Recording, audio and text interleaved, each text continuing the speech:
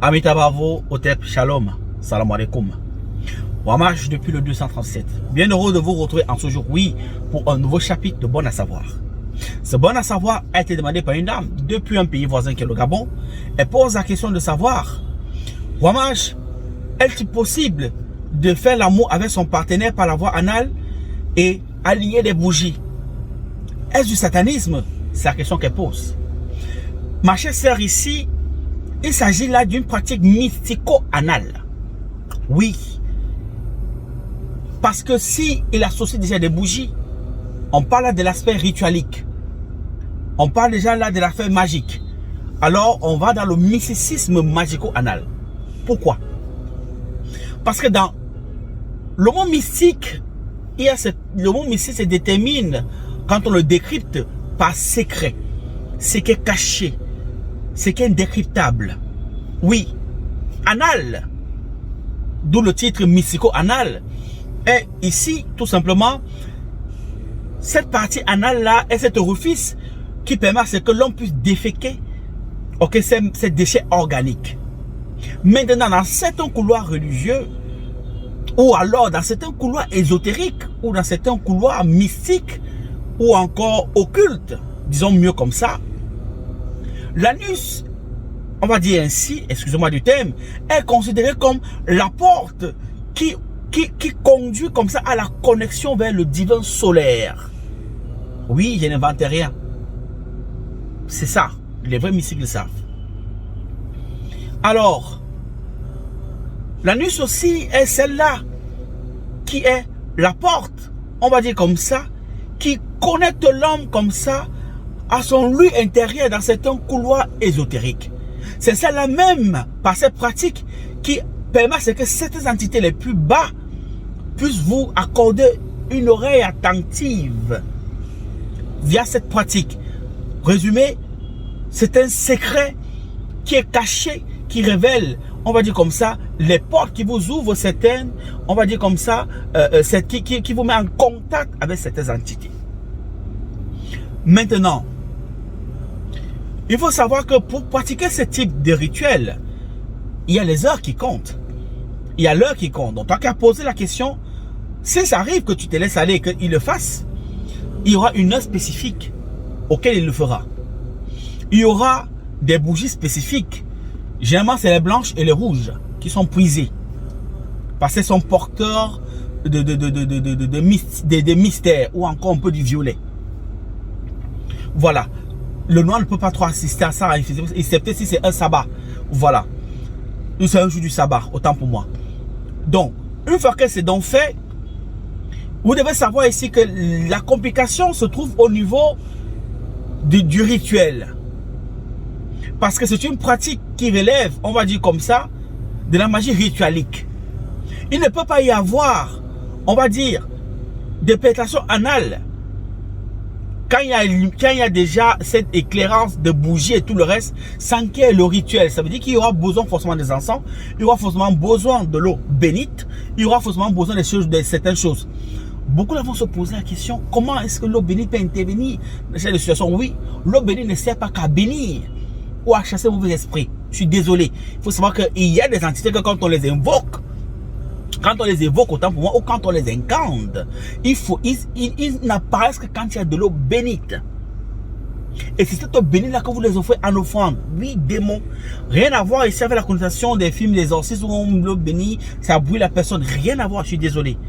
Donc, c'est du fake. La réalité est tout autre chose. Je ne parle en tant qu'exorciste professionnel.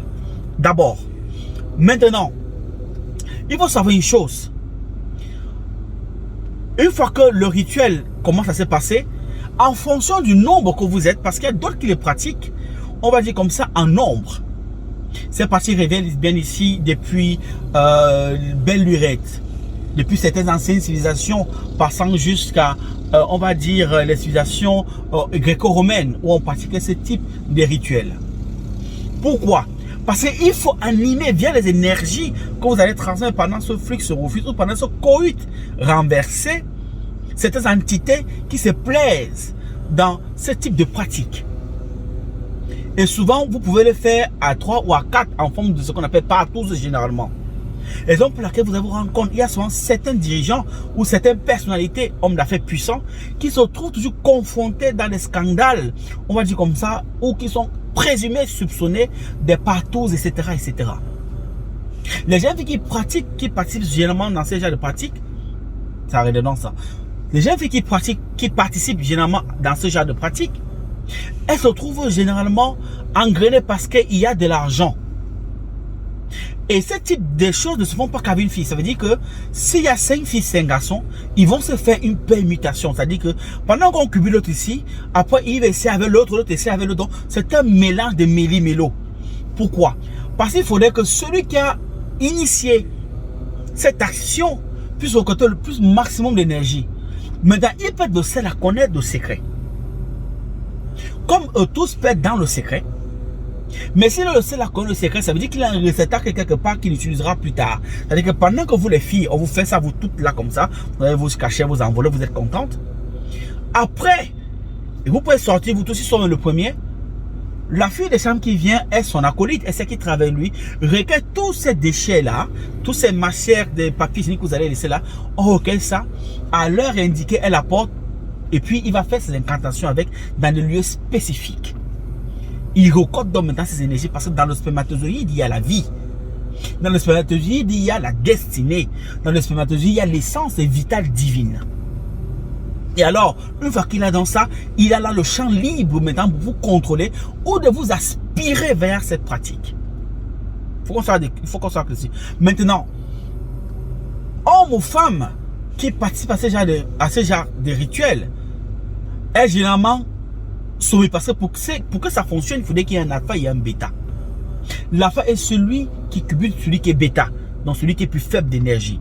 Maintenant, il y a des filles ou encore des femmes qui se laissent cubuter parfois pour des gains lucratifs, pour la pérennisation, on va dire comme ça, de les affaires.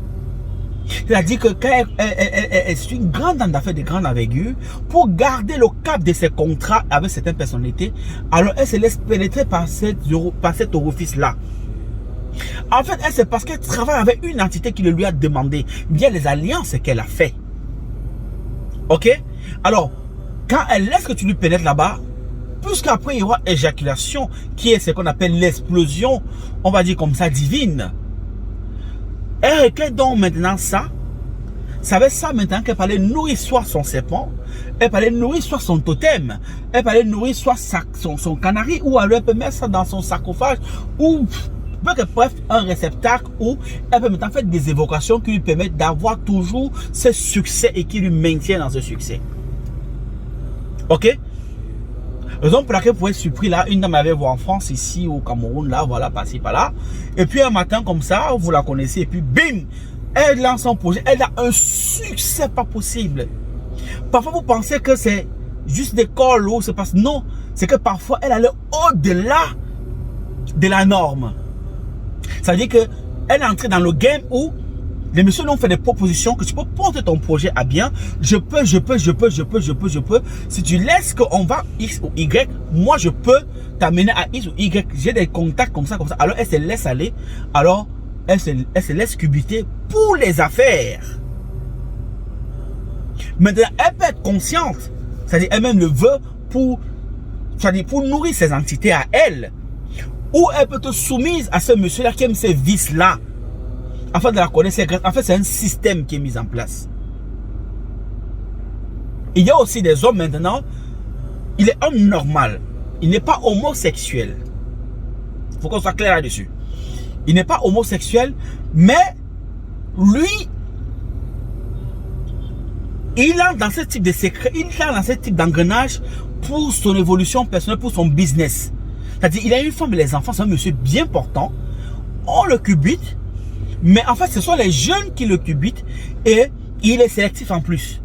Il vous donne de l'argent, il peut vous payer des appartements et tout le reste, même il peut vous offrir des véhicules. Mais il sait ce qu'il fait en fait.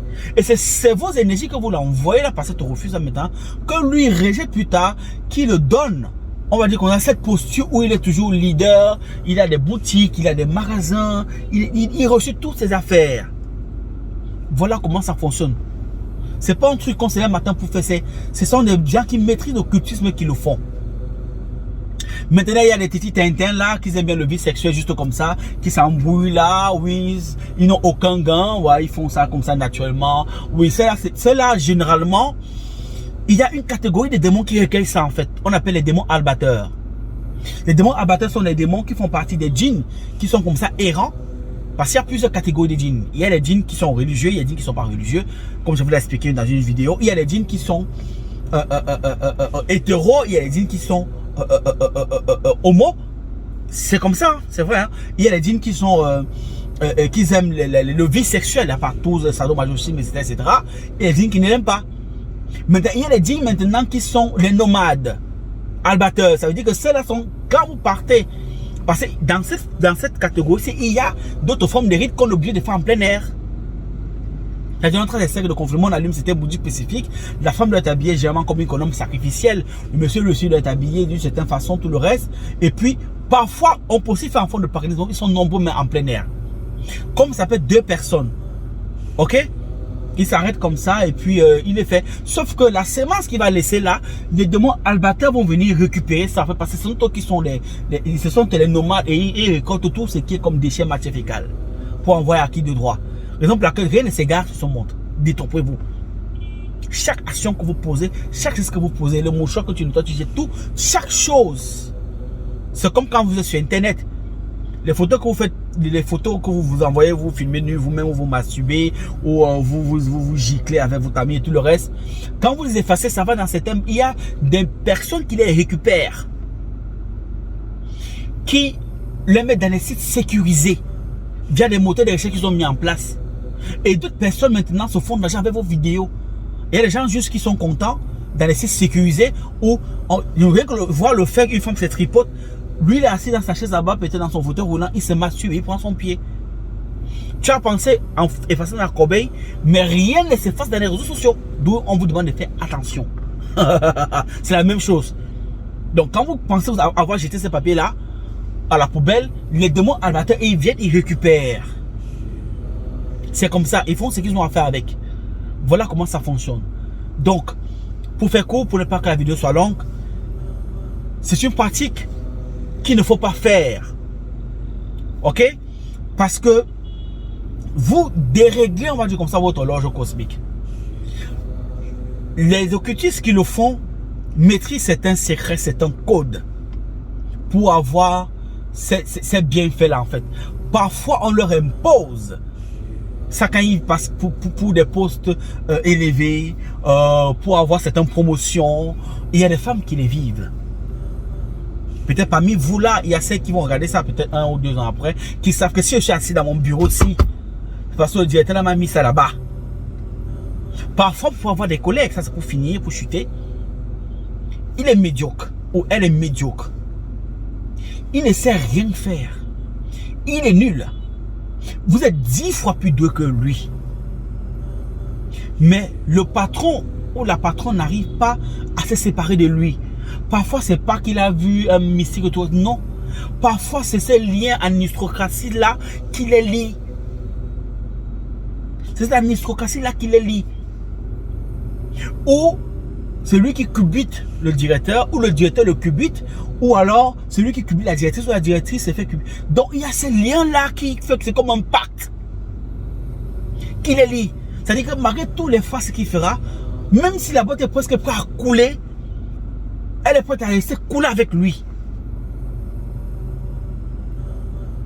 Voilà comment ça fonctionne. Donc parfois, ne soyez pas surpris quand vous voyez quelqu'un qui est médiocre, qui n'est pas à sa place, mais il est là et rien n'est fait. Parfois, c'est ce réseau-là qui le détient, qui le maintient là. C'est pas qu'il est talentueux. C'est qu'il est dans un système tous de pratique et puis, il se couvre entre eux. Donc, rien ne lui est fait. Or, c'est un médiocre. Voilà. Donc, pour faire court, ça vaut de faire votre choix, madame. Voilà, et puis, il y a des gens, je l'ai dit tantôt là tout à l'heure, qui le pratiquent peut-être naïf, s'ils veulent le faire, tant mieux pour eux. Voilà. Mais quand il y a déjà cet aspect ritualique, des bougies, des trucs, il faut faire très attention. On a déjà là vers la convocation, vers la conjuration de certaines entités. Donc parfois, vous ne savez pas ce qu'il en viendra de votre futur. Donc, Ami Tabac à vous, Otep, c'est un plaisir de partager ceci avec vous. C'était un hommage de plus de 237. C'est la fée qui gagne. Aigle.